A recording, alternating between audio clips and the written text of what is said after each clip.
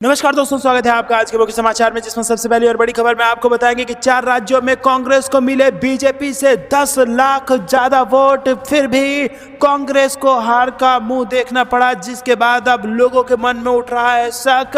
दोस्तों आपको बता दें कि 4 राज्यों में 40% लोगों ने कांग्रेस पर जताया है भरोसा, और इससे कहीं ना कहीं ये साबित होता है कि अभी भी कांग्रेस पार्टी को लेकर जनता की आंखों में उम्मीद है और कांग्रेस पार्टी 2024 के लोकसभा चुनाव में कर सकती है चमत्कार, क्योंकि बीजेपी से 10 लाख ज्यादा वोट 4 राज्यों में कांग्रेस पार्टी को मिला है। इसके साथ दूसरी खबर में आपको बताएंगे कि बस एक चुनाव बिना ईवीएम के कराकर दिखाइए, संजय राउत की मोदी सरकार को खुली चुनौती। तीसरी खबर में जिक्र होगा कि वसुंधरा राजे का शक्ति प्रदर्शन, 20 विधायकों का जमघट, कहीं उन्हें सचिन पायलट न बना दे। जी हां दोस्तों, 20 विधायकों का जमघट इस वक्त वसुंधरा राजे के साथ है, और वसुंधरा राजे ने वही किया है जिसका बीजेपी को डर था। और आपको बता दें कि सचिन पायलट के रास्ते आगे कहीं ना बढ़ जाए वसुंधरा राजे। साथ ही साथ खबर में आगे जिक्र होगा कि राजस्थान छत्तीसगढ़ में पुरानी पेंशन पर मंडराया खतरा, क्या फिर से एनपीएस में शामिल होंगे सरकारी कर्मी। जी हां दोस्तों,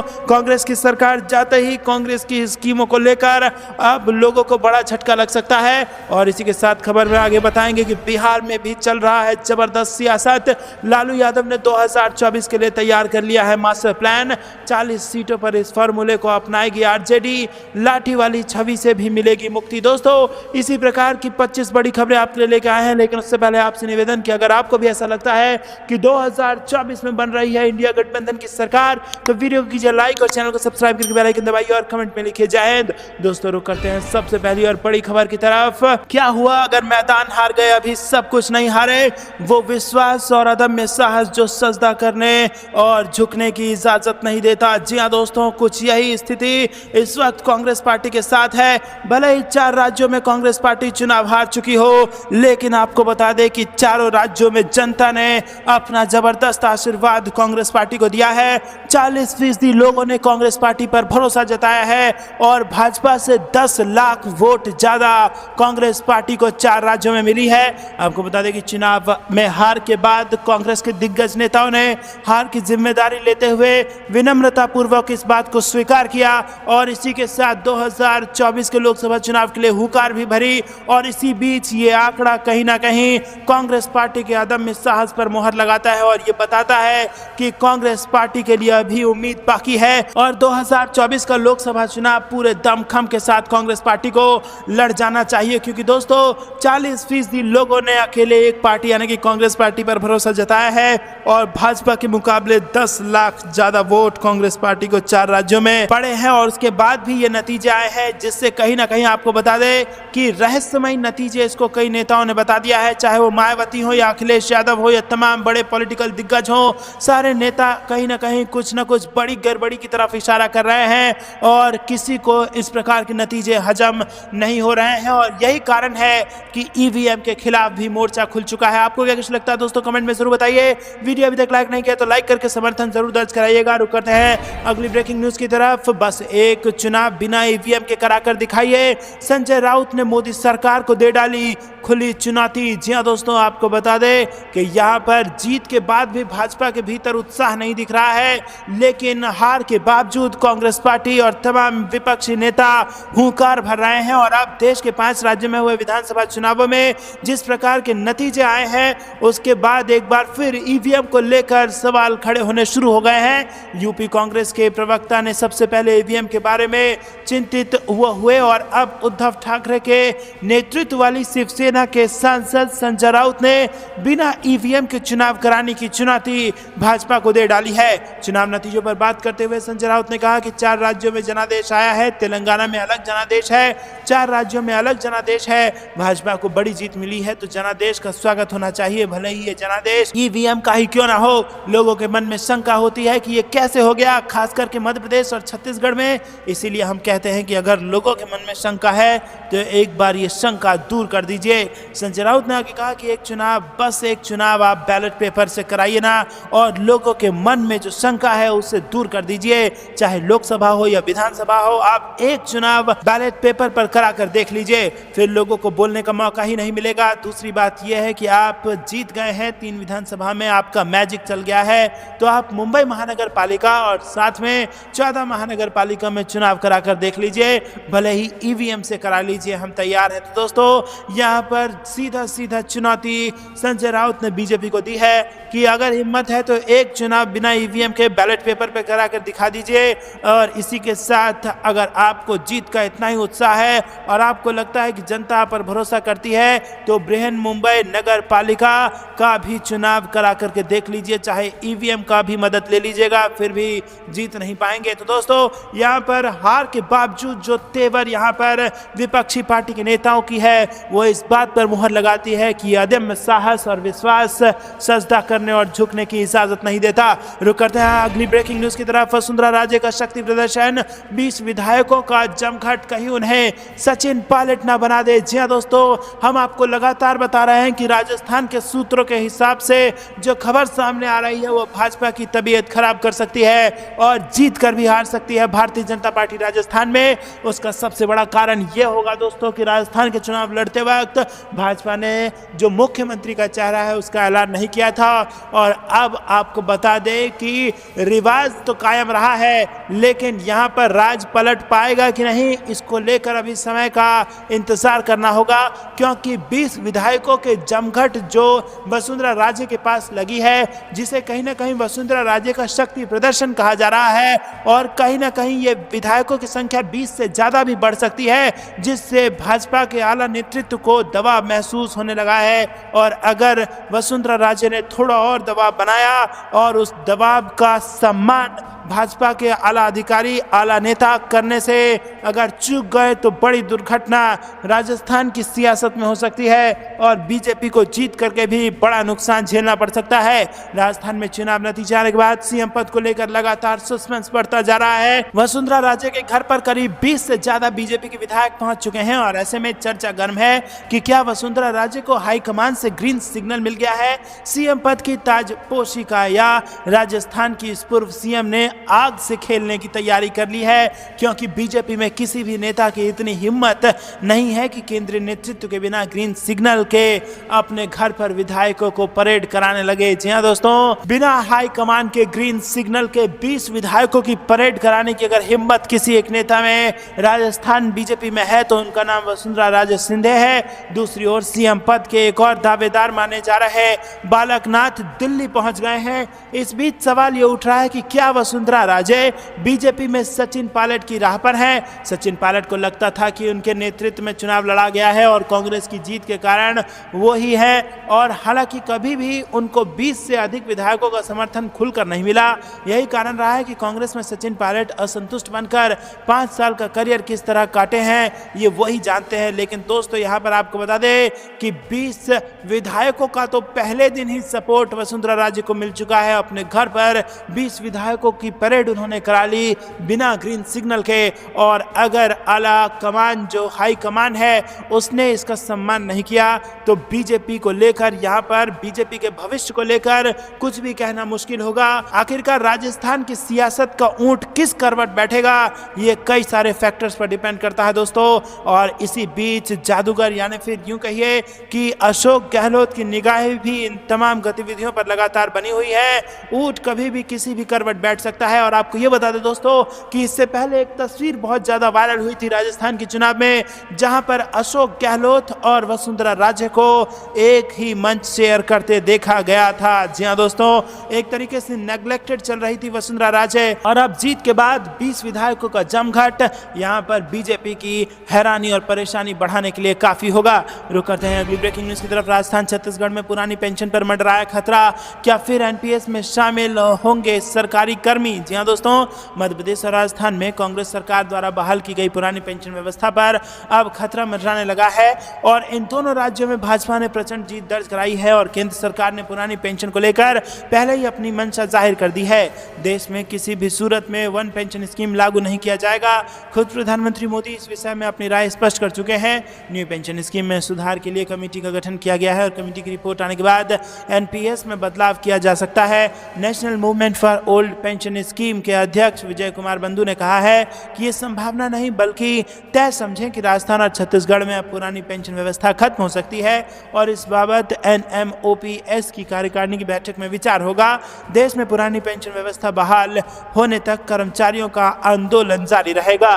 रुक करते हैं अगली ब्रेकिंग न्यूज की तरफ, जो कि बिहार से आ रही है। लालू यादव ने 2024 के लिए तैयार कर लिया है मास्टर प्लान। 40 सीटों पर इस फॉर्मूले को अपनाएगी आरजेडी, लाठी वाली छवि से भी मिलेगी मुक्ति। जी हां दोस्तों, अगले साल होने वाले लोकसभा चुनाव को लेकर अभी से राजनीतिक पार्टियों की तैयारियां शुरू हो गई हैं और लालू यादव की पार्टी आरजेडी भी पूरी फोकस के साथ रणनीति बनाने में जुट चुकी है। लालू यादव ने चुनाव से पहले मास्टर प्लान भी तैयार कर लिया है और इस बार पार्टी MY यानी कि मुस्लिम यादव से आगे निकलकर A to Z की पार्टी बनने की दिशा में काम करेगी। दोस्तों, आपको क्या कुछ लगता है, क्या यूपी और बिहार में लगने वाला है बीजेपी को अगला बड़ा झटका? कमेंट में जरूर बताइए। वीडियो अभी तक लाइक नहीं किया तो लाइक करके समर्थन जरूर दर्ज कराइएगा।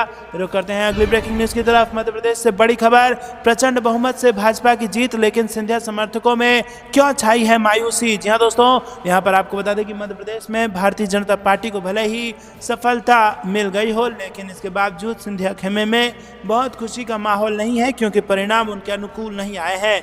जैसे कि प्रदेश में भाजपा की लहर चल रही थी, ग्वालियर चंबल में सिंधिया 13 समर्थक चुनावी मैदान में थे, जिनमें से 5 समर्थकों को ही जीत हासिल हुई है। 8 सिंधिया समर्थकों को हार का सामना करना पड़ा है। यही कारण है कि प्रचंड बहुमत से बीजेपी जीतने के बाद भी सिंधिया खेमे में मायूसी छाई हुई है। दोस्तों, रुक करते हैं अगली ब्रेकिंग न्यूज की तरफ। ये आंकड़े कांग्रेस की वापसी की उम्मीद जगाते हैं।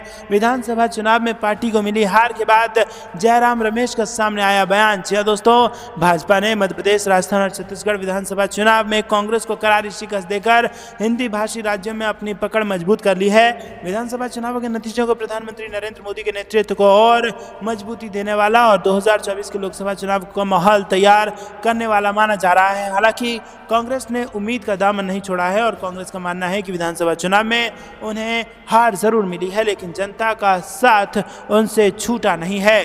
दोस्तों, कांग्रेस महासचिव जयराम रमेश ने कहा कि सच है कि छत्तीसगढ़, मध्य प्रदेश और राजस्थान में भारतीय राष्ट्रीय कांग्रेस का प्रदर्शन निराशाजनक रहा है। नतीजे हमारी उम्मीदों के मुताबिक नहीं आए हैं, लेकिन वोट शेयर के मामले में कांग्रेस भाजपा से ज्यादा दूर नहीं है। दरअसल इस अंतर को मिटाया जा सकता है और यह आंकड़े वापसी के लिए आशा और उम्मीद जगाते हैं। दोस्तों, रुक करते हैं अगली ब्रेकिंग न्यूज की तरफ। विधानसभा चुनाव परिणाम गले से उतरना मुश्किल, 3 राज्यों में बीजेपी की जीत पर बोली मायावती। जी हां दोस्तों, जो नतीजे आए हैं उस पर किसी को विश्वास नहीं हो रहा है। बीते दिन यानी 3 दिसंबर को आए 4 राज्यों के विधानसभा चुनाव के नतीजों में बीजेपी ने 3 राज्य मध्य प्रदेश, छत्तीसगढ़ और राजस्थान में जीत दर्ज की। हालांकि विधानसभा चुनाव में बीजेपी की जीत के लिए विपक्षी दल पहले ही ईवीएम को जिम्मेदार ठहरा चुके हैं। अब बहुजन समाज पार्टी प्रमुख मायावती ने भी एक तरफा नतीजों पर सवालिया निशान उठाते हुए कहा है कि चुनाव नतीजों को पचाना मुश्किल है। दोस्तों, मायावती ने कहा कि बीते दिन रविवार को देश के 4 राज्यों में हुए विधानसभा आम चुनाव के नतीजे एक ही पार्टी के पक्ष में आने पर सभी लोगों का आशंकित, आश्चर्यचकित और चिंतित होना स्वाभाविक है। उन्होंने कहा कि चुनाव के पूरे माहौल को देखते हुए एक अजीब परिणाम लोगों के लिए चिंता का विषय है और इसे पचाना बहुत मुश्किल है। रुक करते हैं ब्रेकिंग न्यूज की तरफ। मध्य प्रदेश और राजस्थान में मिली हार तो ईवीएम पर रार, अखिलेश यादव की मांग बैलेट पेपर से ही हो अगले चुनाव। जी हां दोस्तों, समाजवादी पार्टी के नेता और यूपी के पूर्व सीएम अखिलेश यादव ने मध्य प्रदेश चुनाव में मिली हार पर प्रतिक्रिया दी है और इस दौरान उन्होंने एक बार फिर इशारों में ईवीएम पर ही ठीकरा फोड़ दिया है। अखिलेश यादव ने मांग की है कि चुनाव बैलेट पेपर से होने चाहिए। वाराणसी में अखिलेश यादव ने कहा कि हम लोग निराश नहीं हैं, लोकतंत्र में ऐसे परिणाम आते हैं। अभी भी बहुत सारे ऐसे लोग हैं जिनकी उम्मीदें टूटी हैं, लेकिन लड़ाई लंबी है। आने वाले समय में परिणाम दूसरे होंगे। ईवीएम प्रक्रिया पर सवाल करते हुए अखिलेश यादव ने कहा कि बैलेट पेपर को अपनाया जाना चाहिए और अमेरिका जैसे विकसित देश में 1 महीने में चुनाव होता है।